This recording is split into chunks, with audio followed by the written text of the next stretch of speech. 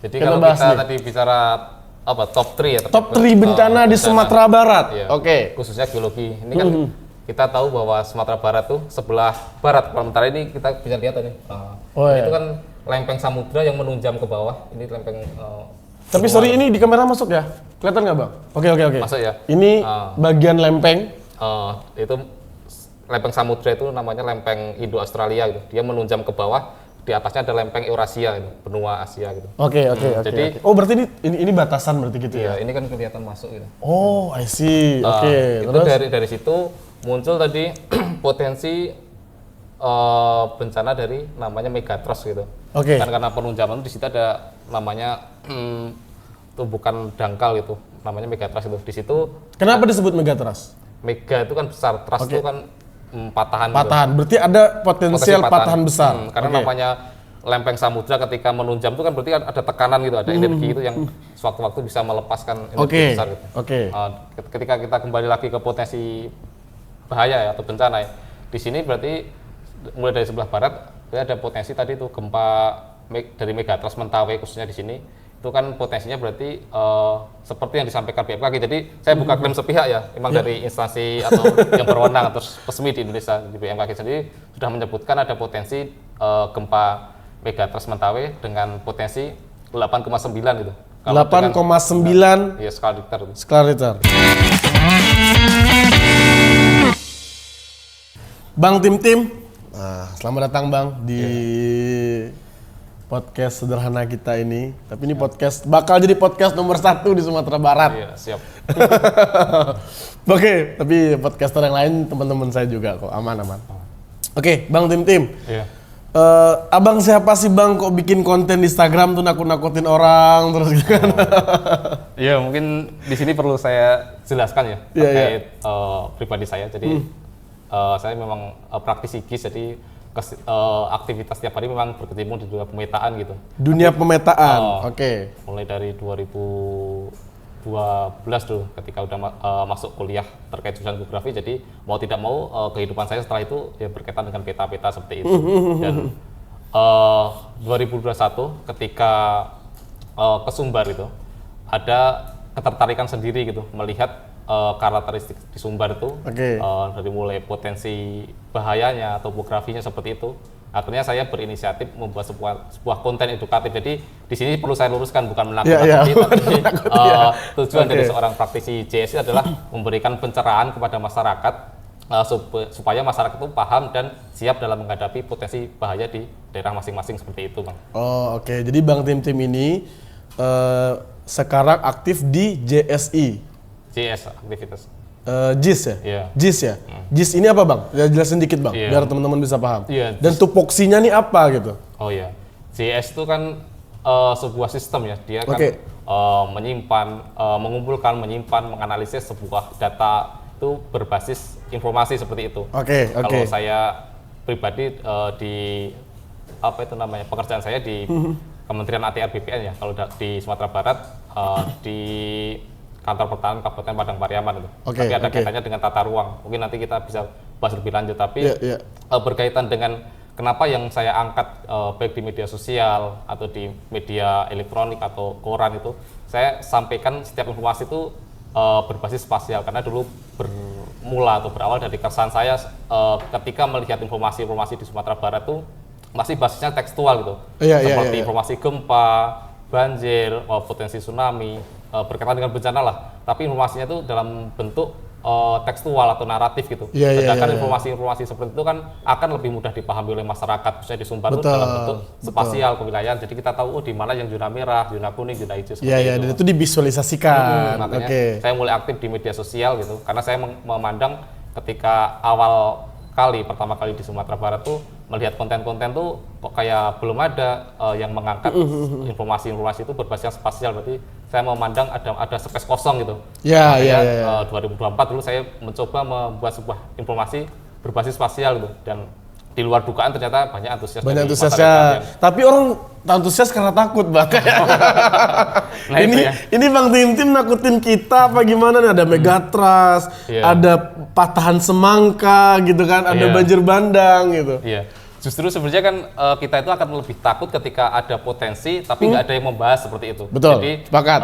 tujuan sebuah mitigasi itu kan supaya masyarakat tuh lebih siap dalam menghadapi potensi-potensi bahaya di daerahnya seperti itu. Kalau kita udah tahu di situ ada potensi tapi nggak pernah membahas selama ini, tiba-tiba ya kita nggak ada yang mengharapkan ya. Tapi ketika potensi bahaya itu atau bencana itu datang kan kita jadi lebih risikonya lebih tinggi daripada kita sudah tahu dari betul. awal seperti itu. Itu poinnya. Jadi teman-teman yang mau tahu informasi kebencanaan, potensi kebencanaan dan informasi-informasi itu dipublikasikan di Instagram Bang Tim gitu ya. Instagramnya Tim DP. Iya. Nah itu bisa teman-teman follow. Oke.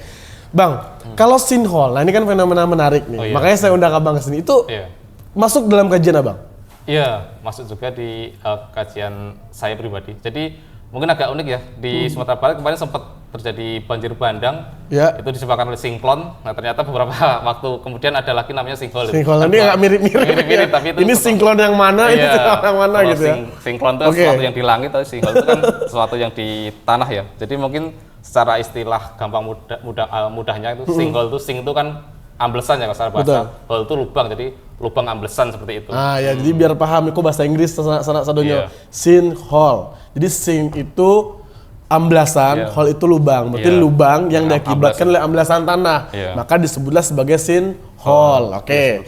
Tapi masalahnya sinkhole ini nih yang terjadi kemarin itu banyak yang jadikan jimat, bukan jimat lah ya, apa ya. Orang ngambil buat jadi obat dan seperti apa gitu. Ini ada potensi itu nggak sih sebenarnya? Atau gimana Bang? Coba jelaskan sedikit Bang. Sebenarnya kalau dari sudut pandang saya pribadi itu malah sebuah keresahan ya. Itu mah apa ya, indikator bahwa maksudnya literasi masyarakat terkait kebencanaan seperti itu. Jadi ada indikatornya bahwa masyarakat masih minim literasi seperti itu. Jadi kalau kita pahami, bahwa saya pribadi pun ketika lihat tuh, kok banyak orang berbondong-bondong bawa apa itu aqua gitu ya. Kemudian ada yang bilang ada manis-manisnya, dikira itu mineral gitu. Kok ada manis-manisnya? Padahal kita tahu lokasi terjadinya sinkhole itu kan di sawah ya. Namanya sawah pasti masih aktif di situ pemupukan, ada pupuk kimia, ada pupuk kandang seperti itu.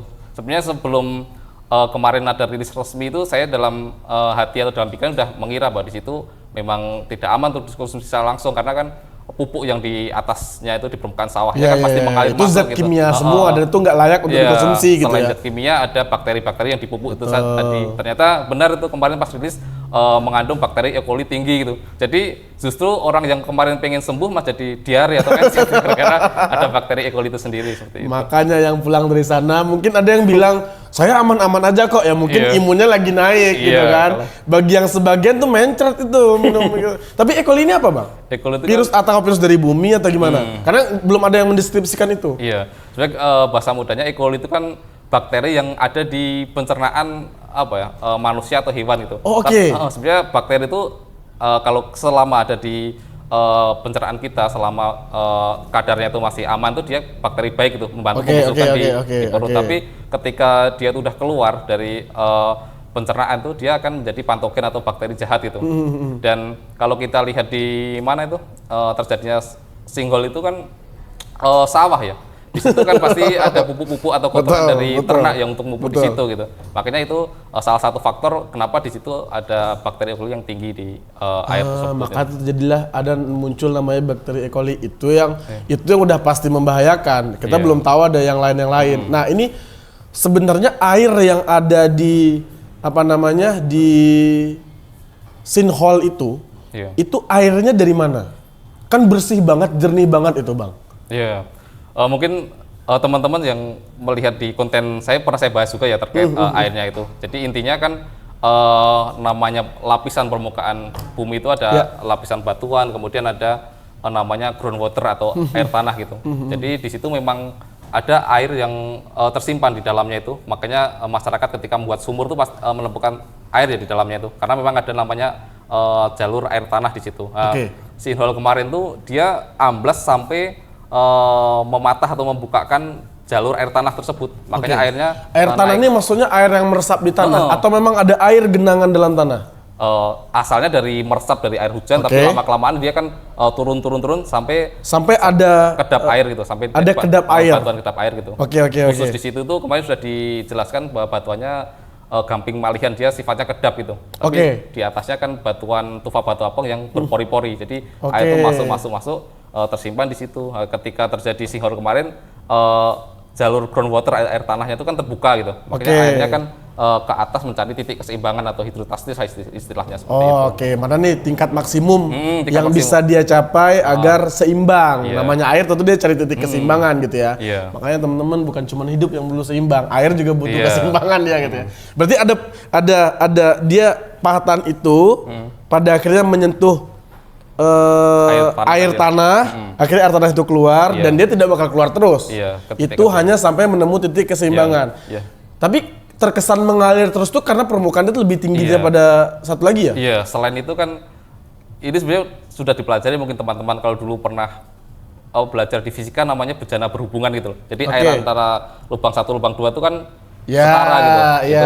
Dan kenapa sekarang tuh masih keluar terus-menerus kan? Sekarang kan kita tahu masih di musim penghujan ya, masih banyak. Apa istilahnya tuh air seimbang tuh biar teman-teman searching yang nggak tahu? Ya dia istilahnya mencari titik hidrostasis gitu. Kayak orang bangun rumah gitu kan. Kita kan pakai selang ya. Biar nggak pakai tali kita taruh airnya di situ, terus air di sini itu dipastikan dia sama tinggi gitu kan. Dan kenapa sekarang masih agak keluar tapi kan nggak muncrat. Karena sekarang kan musim hujan jadi air masih banyak tinggi gitu. Tapi ketika musim kemarau ada kemungkinan dia itu surut ke bawah seperti itu. Oke. Bang, kan ini kemarin heboh banget sih.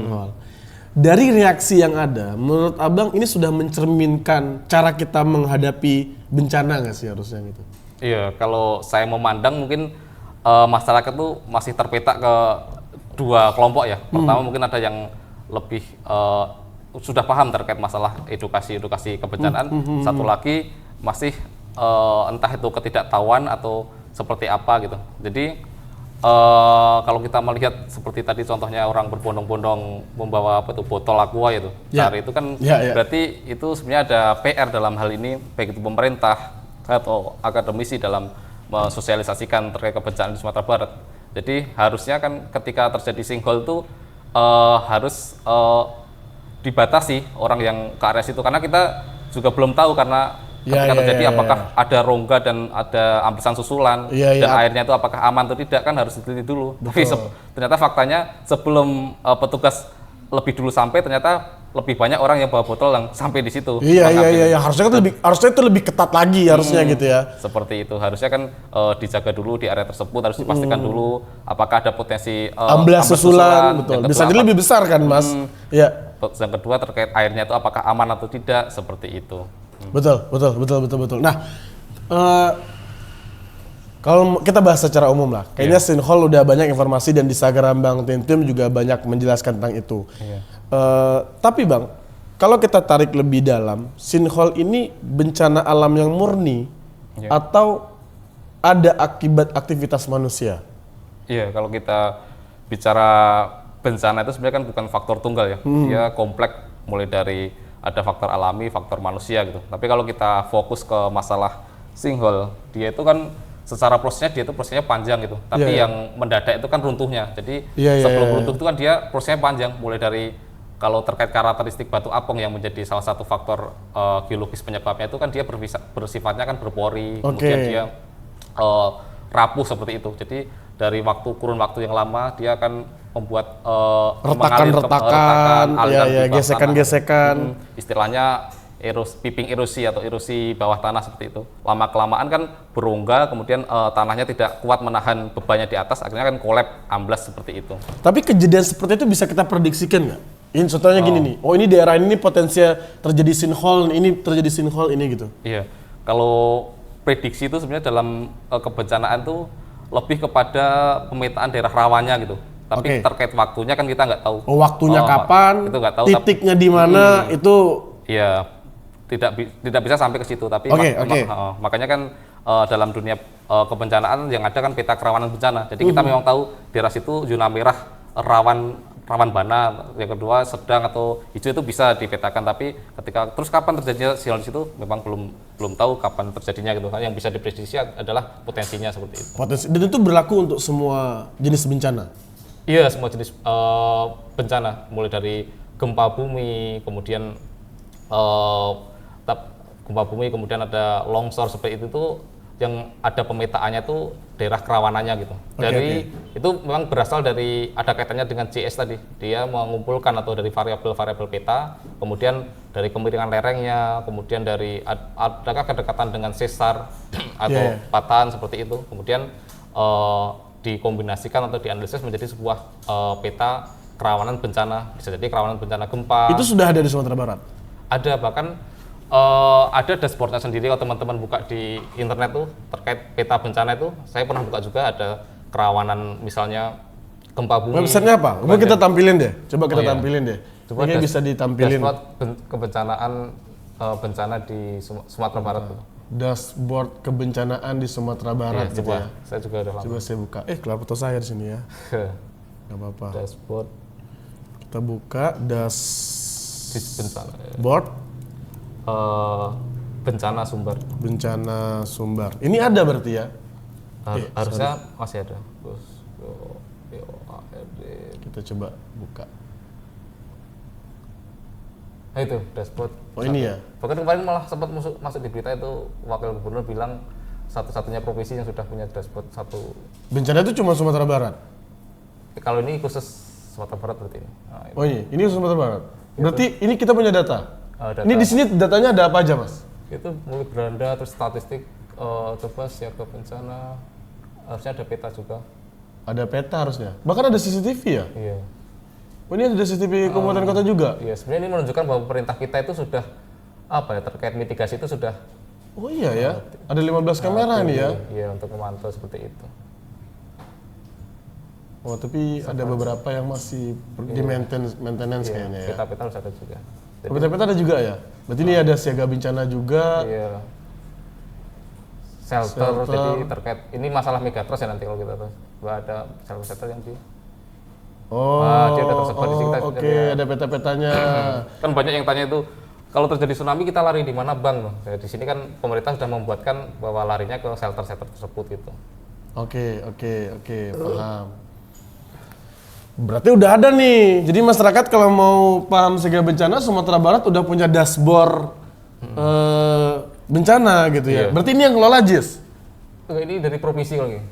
Kolaborasi lah sama JIS gitu ya? Ya, dengan sistem CIS gitu.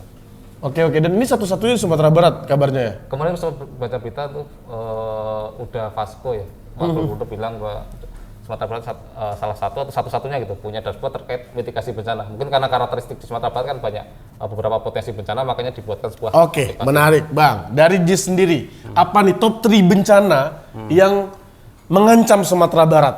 Iya. Tapi ini mungkin sebenarnya jangan dikira menakut-nakuti lagi gitu. Jadi perlu saya kita biar tahu bagaimana cara menghadapinya gitu ya. Jadi praktisi JIS ketika menyampaikan tuh tujuannya bukan menakut-nakuti, tapi untuk memberikan pencerahan supaya masyarakat siap dan tahu apa yang dilakukan seperti itu. Jadi ketika top 3 ya? Ya, sebelum melanjutkan Mas, di Minangkabau ini kita punya gini Mas. Lawan ndak dicari, kodapi ndak diilaan. Jadi, tapi bukan berarti kita menganggap bencana ini lawan gitu ya. Ya, lanjut Mas. Apa nih top 3 bencana di Sumatera Barat? Ya mungkin dari intensitasnya kita mungkin bisa bicara secara spasial dari sebelah barat dulu ya. Mungkin ini kebetulan kita lagi buka peta ya. Dari sebelah barat, ini kan potensi secara geologi ini kan. Ini Padang ya. Atau kita kecilin dulu ya. Agak biar semua Sumatera ya. Biar semua Sumbar lah ya. Sumatera Barat. Ini agak. Ini udah masuk Sumbar belum ya? Mungkin Kepulauan Mentawai kayaknya biar kelihatan. Oh iya ya. Sorry. Bukan maksud ntar dibilang Mentawai nggak ada masukin Sumbar nggak gitu. Ini lagi proses loading nih. Masih loading. Faktor teknis ya. Faktor teknis ini ya. Jangan sampai faktor teknis ini dimasukkan dalam faktor strategis. Oke. Ini lagi loading. Oke, udah kebuka nih. Cepet. Waktu. Oke. Jadi kalau kita tadi bicara top 3 ya. Top 3 bencana di Sumatera Barat. Iya. Oke. Khususnya geologi. Ini kan kita tahu bahwa Sumatera Barat tuh sebelah barat Kepulauan ini kita bisa lihat ini. Itu kan lempeng samudra yang menunjam ke bawah. Ini lempeng. Tapi sorry, ini di kamera masuk ya? Kelihatan nggak bang? Oke. Masuk ya. Ini bagian lempeng. Itu lempeng samudra itu namanya lempeng Indo-Australia gitu. Dia menunjam ke bawah. Di atasnya ada lempeng Eurasia gitu, benua Asia gitu. Oke. Jadi, oh berarti ini batasan berarti gitu ya? Iya, ini kan kelihatan masuk gitu. Oh, I see. Oke. Itu dari situ muncul tadi potensi bencana dari namanya megatrust gitu. Oke. Kan karena penunjaman di situ ada namanya tumbukan dangkal gitu, namanya megatrust itu. Di situ kenapa disebut megatrust? Mega itu kan besar, trust itu kan patahan. Berarti ada potensial patahan besar. Karena namanya lempeng samudra ketika menunjam itu kan berarti ada tekanan gitu, ada energi itu yang sewaktu-waktu bisa melepaskan energi besar gitu.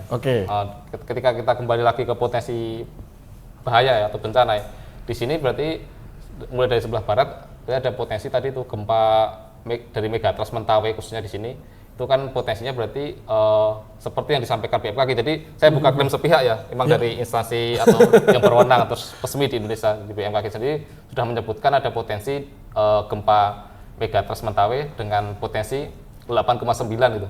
8,9 ya skala Richter. Skala Richter. Itu kan kalau sudah sampai setinggi itu kan berarti kan ada potensi tsunami.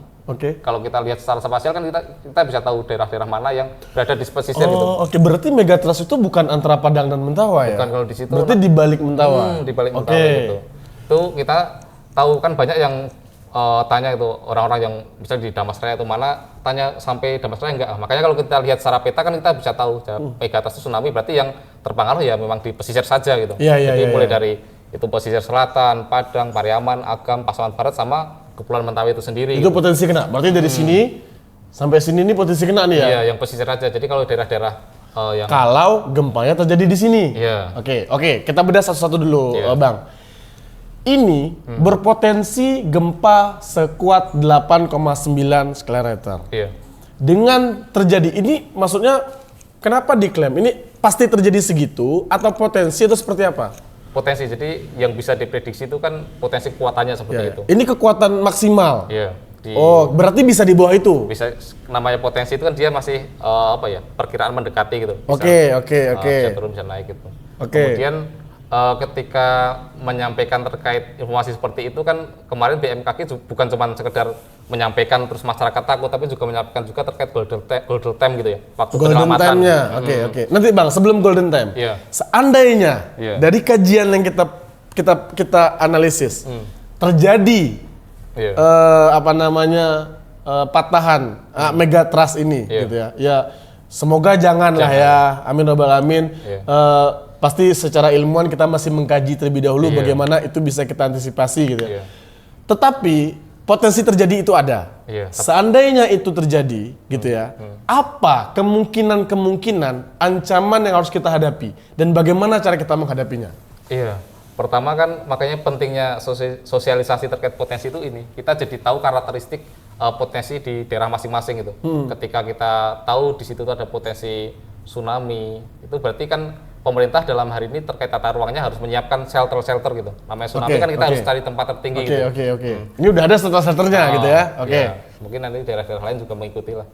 Kemudian selain itu edukasi gitu. Kalau kita bicara tsunami itu kan sejarah pertama yang dulu sempat heboh bahkan sampai bencana nasional kan di Aceh ya. Kalau mungkin teman-teman di sini mengikuti apa yang menyebabkan banyak korban jiwa, salah satu jawabannya adalah faktor edukasi, Bang. Jadi dulu sempat heboh ketika gempa besar, air laut surut balik ke belakang, apa yang dilakukan kalau kita lihat di media dulu, orang-orang pada cari ikan ya. Padahal itu golden time. Iya, harusnya kalau kita sudah tahu terkait edukasi itu, ketika air surut itu ya kita memanfaatkan semaksimal mungkin waktu yang ada itu untuk lari ke tempat yang tinggi gitu. Tapi karena dulu mungkin faktor edukasi masih kurang, kemudian teknologi terkait kebencanaan juga masih belum semaju sekarang, jadi masyarakat berarti ini dianggap aja cari-cari ikan lah, mumpung air surut seperti itu. Akhirnya ketika air kembali lagi ke darat kan nggak ada waktu.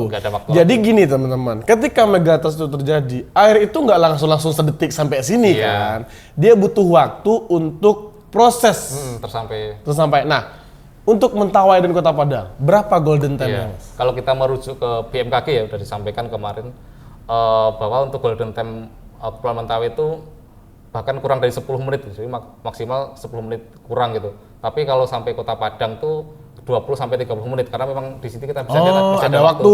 Mentawai. Oke. Makanya dan kalau di sini sendiri nih sampai mana airnya kemungkinan?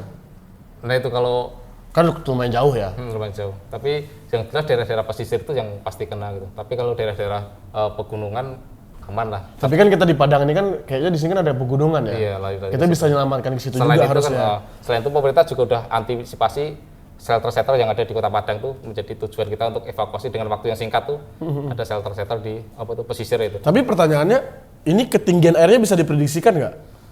Nah itu nanti tergantung Apakah shelter itu sanggup untuk menampung? Iya, harusnya kan dalam ketika pembangunan dia udah sudah memprediksi itu. Itu kajiannya sampai ke sana. kesana lah. Ya, oke teman-teman. Jadi sebenarnya nggak perlu khawatir gitu ya. Iya. Karena syukurnya kita sudah belajar dari beberapa kejadian yang pernah terjadi di Indonesia. Makanya di Kota Padang kita cukup, di Sumatera Barat kita cukup punya banyak shelter yang bisa jadi titik aman. Makanya mitigasi secara personal ya kita harus memahami bagaimana langkah-langkah itu. Terjadi informasi gempa, ternyata ada potensi tsunami ya kita lari ke shelter atau ke tempat yang lebih tinggi. Karena kita punya golden time. Di Mentawai 10 menit, di Kota Padang itu 20 sampai 30 menit. Dan ini menurut saya harusnya cukup aman. Harusnya cukup aman. Tapi kan ketika terjadi bencana kadang-kadang kan pikiran kita itu nggak seperti kondisi normal loh. Mungkin pertama terkait kepanikan seperti itu kan karena udah panik duluan mungkin bingung mau kemana seperti itu. Makanya kan dan ini pun mungkin saya rasa juga belum banyak orang yang tahu mau buka seperti itu. Makanya masih bertanya-tanya ketika terjadi gempa itu larinya kemana. Dan kembali lagi ke top 3 tadi ya. Top 3. Ini kan itu pertama Megatrust. Iya, pertama Megatrust itu. Kemudian mungkin sebagian masyarakat atau teman-teman berpikir, oh ya udah kalau kayak itu pindah aja ke tempat gunung, jangan dulu gitu. Karena ini agak ngeri-ngeri gimana gitu Mas ya.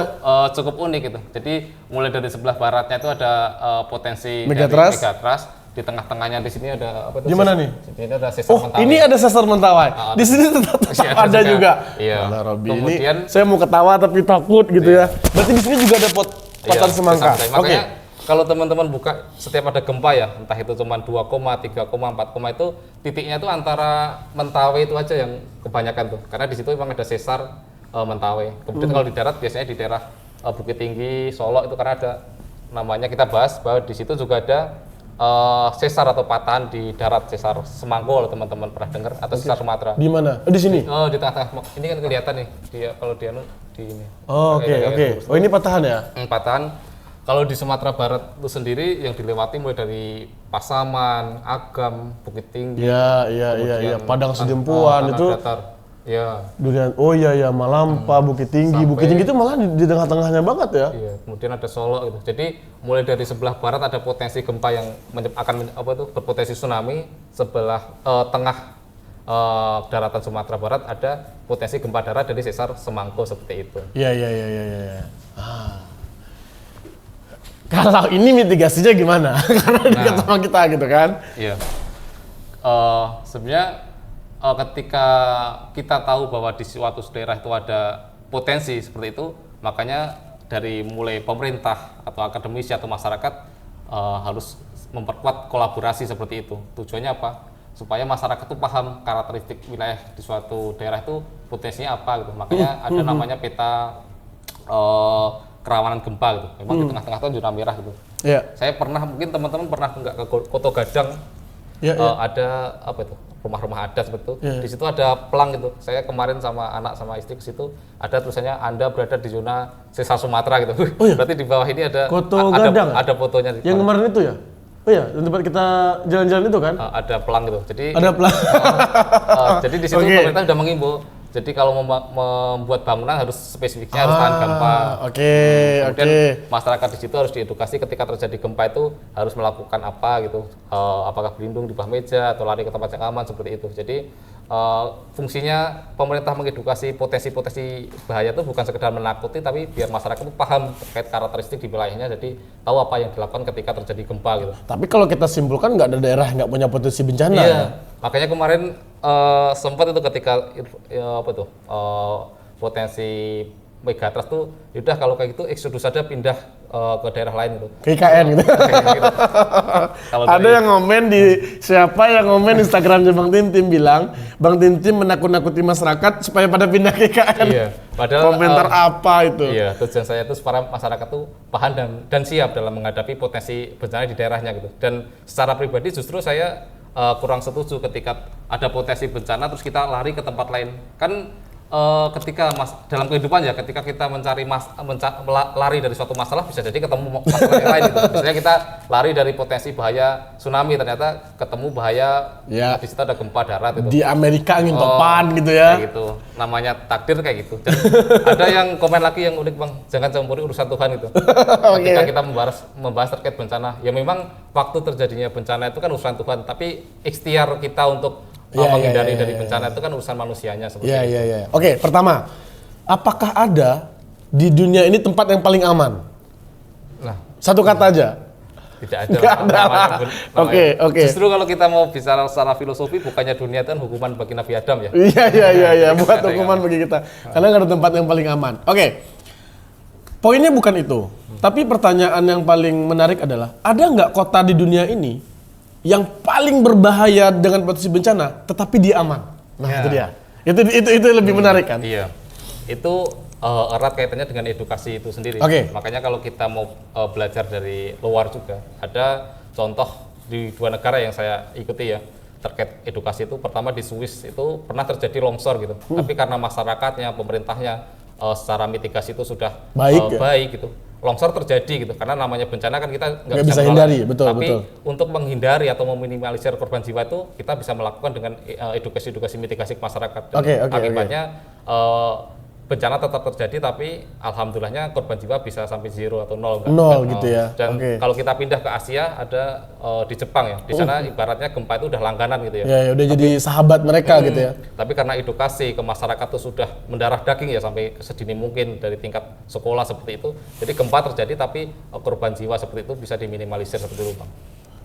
Oke. Jadi sebenarnya kalau kita tarik kesimpulan, pertama bencana itu di mana-mana berpotensi ada dengan jenis karakteristik bencananya masing-masing. Iya. Kedua, bahkan di tempat yang paling rawan bencana pun menjadi tempat paling aman hari ini. Iya. Ini kan paradok ya. Paradok. Ya. Berarti bukan tentang bencananya, Bos. Iya kan, Bang? Iya. Tapi ini berbicara tentang bagaimana kita beradaptasi. Lebih tepat nggak sih kata-katanya? Iya, Bang? adaptasi di Bagaimana kita bisa mengadaptasikan hidup kita dengan karakteristik dari daerah itu. daerah gitu. Daerah itu gitu. Itu pada akhir kesimpulannya gitu. Nah, pertanyaannya hari ini, sejauh mana, Bang, ikhtiar kita, negara kita, pemerintahan kita dalam mempersiapkan itu? Ini saya bukan mengkritik Mas Tintim ya. Iya. Ya seperti yang terjadi belakangan, kita cukup banyak korban Iya. gitu. Iya, sebenarnya kembali lagi ya, kita juga nggak bisa menyalahkan salah satu pihak gitu. Betul, Namanya sepakat. mitigasi itu kan kuncinya kita harus pahami bahwa kunci sebuah keberhasilan sebuah mitigasi adalah kolaborasi ya, mulai dari pemerintahnya, akademisinya, kemudian masyarakatnya ya. Untuk apa? Jadi khusus di Sumatera Barat tuh supaya masyarakat tuh dalam hal edukasi terkait kebencanaan, memahami karakteristiknya, misalnya masalah di Kota Padang potensi ada gempa, tsunami, banjir seperti itu, masyarakat paham terkait apa-apa yang harus dilakukan ketika terjadi bencana seperti itu. Jadi harapannya itu mitigasi di Sumatera Barat itu bukan hanya sekedar reaktif itu. Jadi hanya ketika terjadi bencana, tapi harus sudah siap sebelum bencana itu terjadi seperti itu. Ya termasuk kayak kemarin saya sempat baca-baca di Instagram itu kita harus siapkan tas pack buat ngadepin bencana. Itu memang harus ada menurut Mas untuk menurut Bang Tintim gimana? Iya.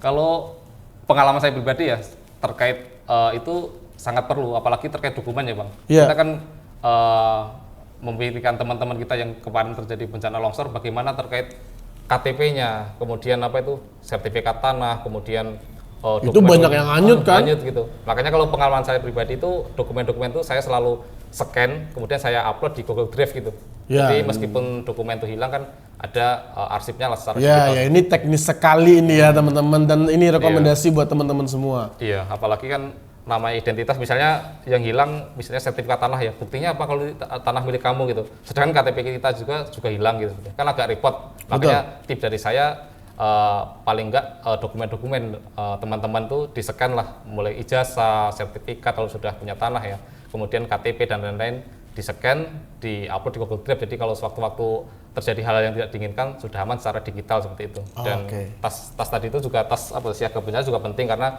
ketika terjadi bencana kan kita juga nggak ada waktu memikirkan di mana obat-obatan, di mana minuman dan lain-lain. Kalau sudah punya tas itu kan tinggal bawa, terus tinggal angkat, udah aman gitu ya. Iya.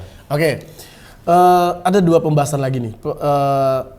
Kita kan daerah pariwisata nih, Bang gitu. Dan yang saya khawatirkan itu bagaimana kita mau fokus ke pariwisata kalau daerah kita rawan bencana. Iya, itu agak menarik itu. Apalagi antara mitigasi bencana dan pariwisata itu kadang-kadang kalau kita hanya memandang dari satu sudut pandang tuh dianggap saling mematikan gitu. Jadi ketika pemerintah dalam hal ini BPBD atau BMKG menginfokan di suatu daerah itu ada potensi bencana, dikira nanti mematikan pariwisata gitu. Sedangkan kalau dari sudut pandang saya pribadi ya, dari planologi atau perencanaan wilayah di kota, 2 hal itu tuh bisa saling dikolaborasikan gitu. Jadi namanya nanti tata ruang berbasis mitigasi bencana gitu. Jadi justru dengan pemerintah itu udah memasukkan mitigasi bencana itu ke dalam tata ruangnya, itu kan investor jadi harusnya berpikirnya lebih cerdas. Oh berarti wilayah tersebut atau pemerintah tersebut sudah memikirkan, sudah siap-siap.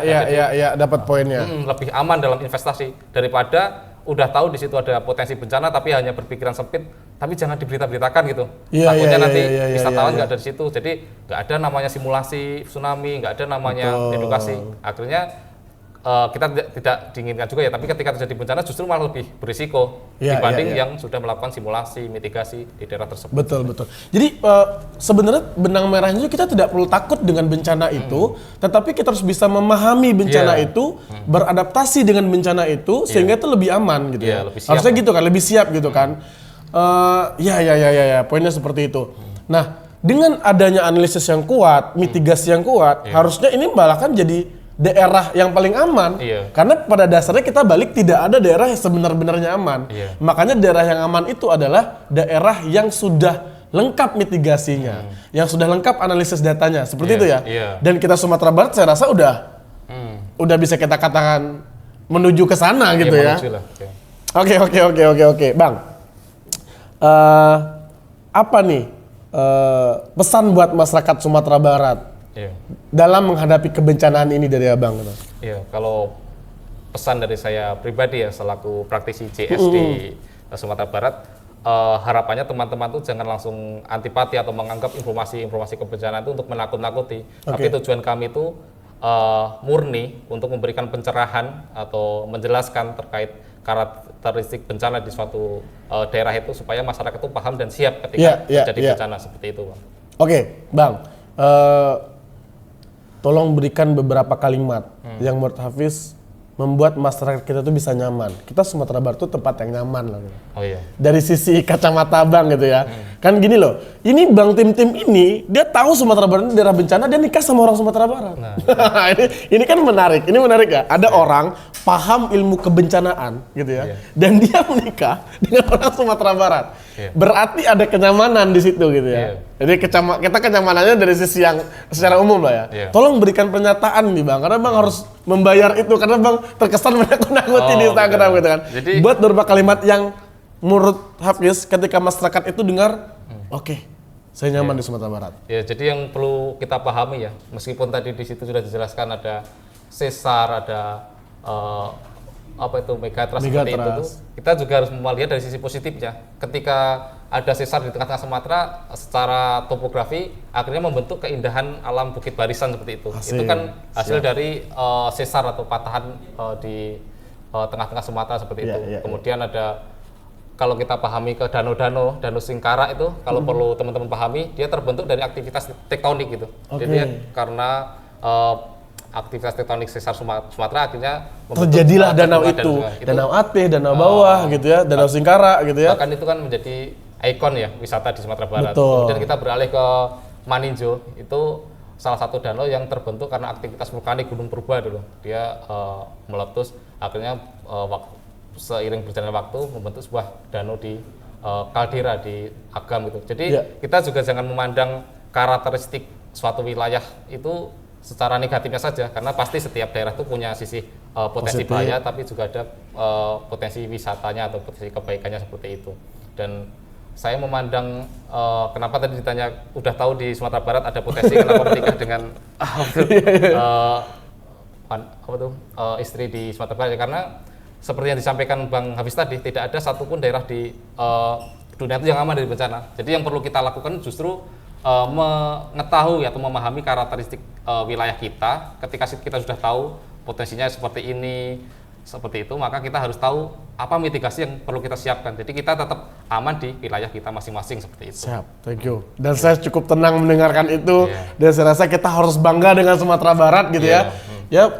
Memang Megatrust, Patat Semangka, dan ini apa namanya, Patat Semangka tadi ya? Iya. Patat Semangka itu secara waktu menakuti kita, tetapi mereka sudah memberikan banyak kontribusi positif kepada kita gitu kan, sumber ekonomi, bahkan vulkanik, pertanian kita dan sebagainya juga jadi lebih maju gitu ya. Itu yang kita syukuri dulu, sanak sadwalahnya gitu. Oke Bang, Bang Titim, saya rasa apa ada lagi tidak Bang poin-poin yang ingin Bang sampaikan? Ya mungkin ada satu ikon yang sampai masuk ke gambar mata uang itu, Ngaresiano ya. Itu Ngaresiano. Itu kan juga akibat dari patahan juga. Jadi kan banyak hal-hal efek positif terkait karakteristik alam di Sumatera Barat seperti itulah. Oke, siap Bang Titim. Panjang sekali pembahasan kita, saya rasa cukup ya. Next, kalau ada teman-teman pertanyaan lain, silakan tulis di kolom komentar dan kita bakal diskusi lanjut Bang Titim. Kesimpulannya yang saya dapatkan dari sini bahwasanya ya saya rasa teman-teman sudah bisa menyimpulkan juga gitu ya. Tidak ada tempat yang paling aman di dunia ini dan semua tempat punya potensi bencana, dan kita bangga Sumatera Barat sudah punya Bang Titim yang mau mengedukasi masyarakat. Terima kasih sekali Bang. Bang Titim bukan menakut-nakuti, dengan adanya Bang Titim kita bisa lebih jauh dalam mitigasi bencana. Dan pesan untuk seluruh masyarakat Sumatera Barat, kita butuh kolaborasi aktif dalam menghadapi ini agar kita bisa beradaptasi dan kita bisa menjadi daerah yang tangguh bencana. Terima kasih Bang Titim sudah mau datang. Siap.